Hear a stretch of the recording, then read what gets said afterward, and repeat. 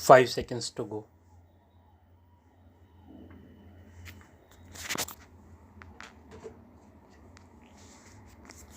Start. Mr. Vice Chairman, sir, as a basic human need, shelter comes next only to food and clothing. Even the early man discovered caves to seek shelter against the vagaries of nature.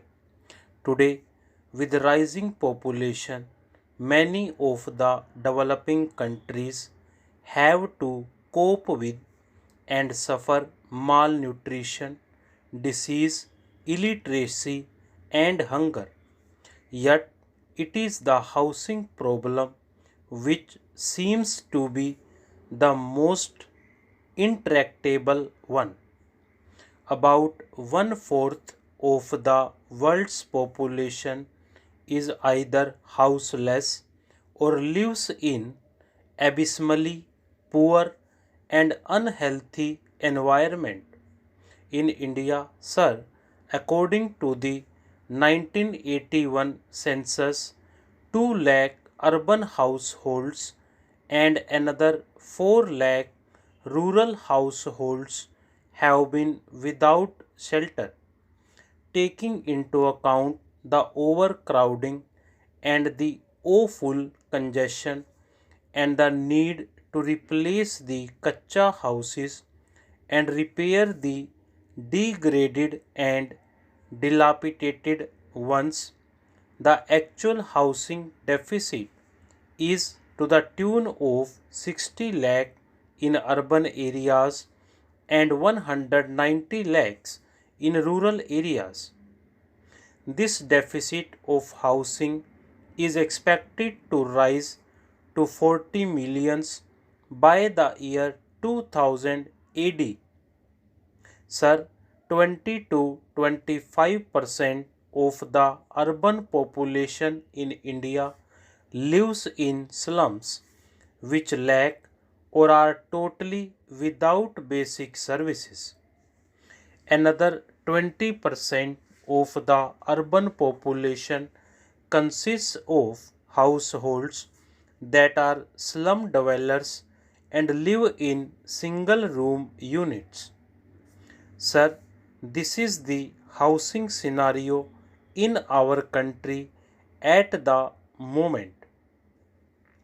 In the early years of our planning, with the weak economy that was inherited at the time of independence, housing was not on the top of national agenda.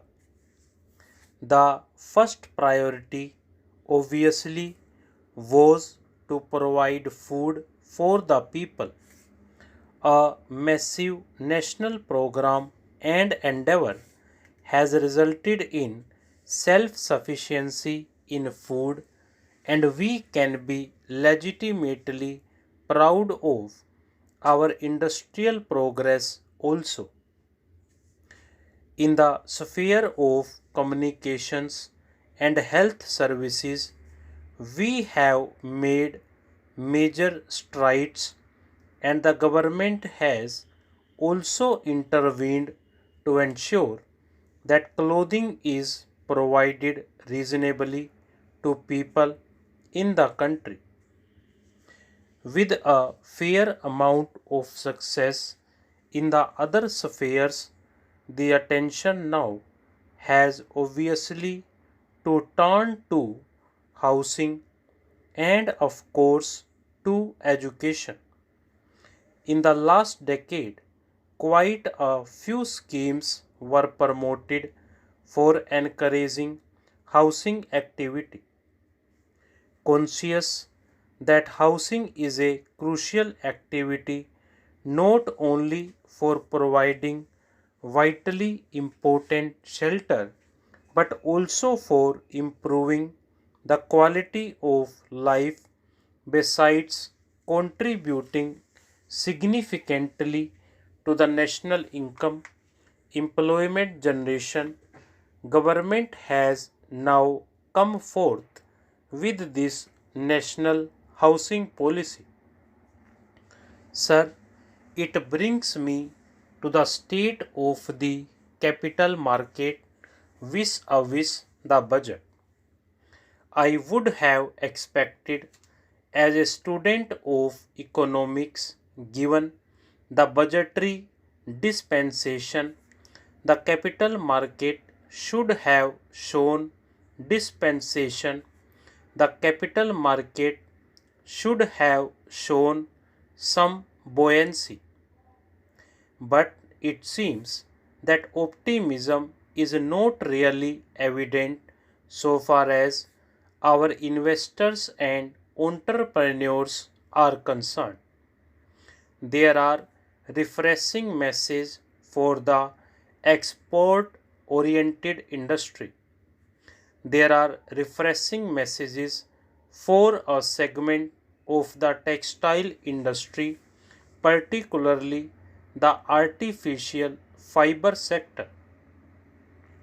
So far as the electronics sector is concerned, considerable relief has been provided. Some is tire for cement and for those who are involved in the production of electrical equipments. Yet the share market through these industries has not shown buoyancy. In addition, the venture capital fund setup has been revision of a better kind. Still further, the tax exemption has been provided to the dividend income by additional rupees 1000. But all these cumulatively should have added optimism so far as the capital market is concerned.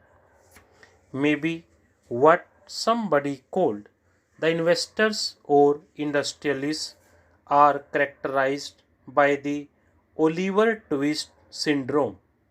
Fortunately for history, let it be recorded Oliver Twist needed money.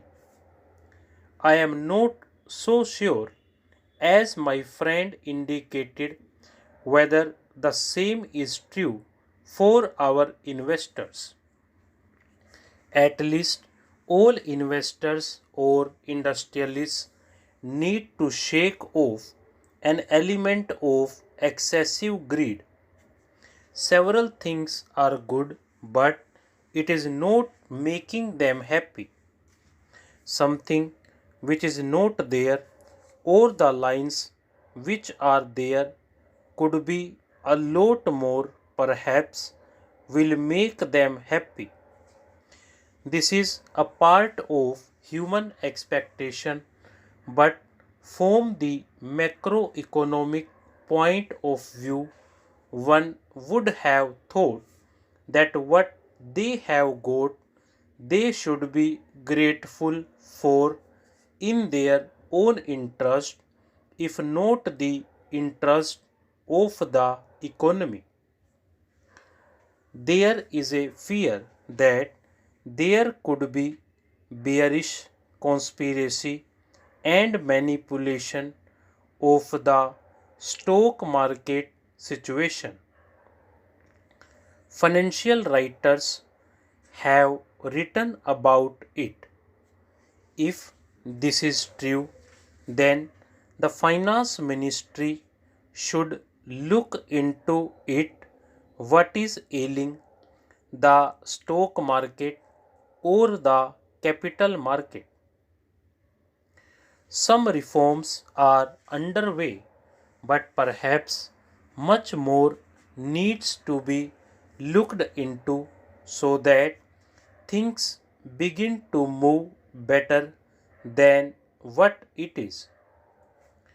Related to that is the question of expansion of resource base. We have been talking about expansion of the tax base.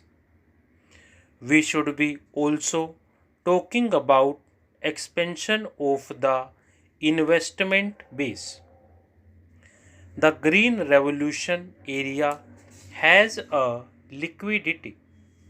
The disposable income of prosperous farmers level is good, but plowing that back through the equity channels or rather through the other instruments of finance remains a relatively neglected area. Stop.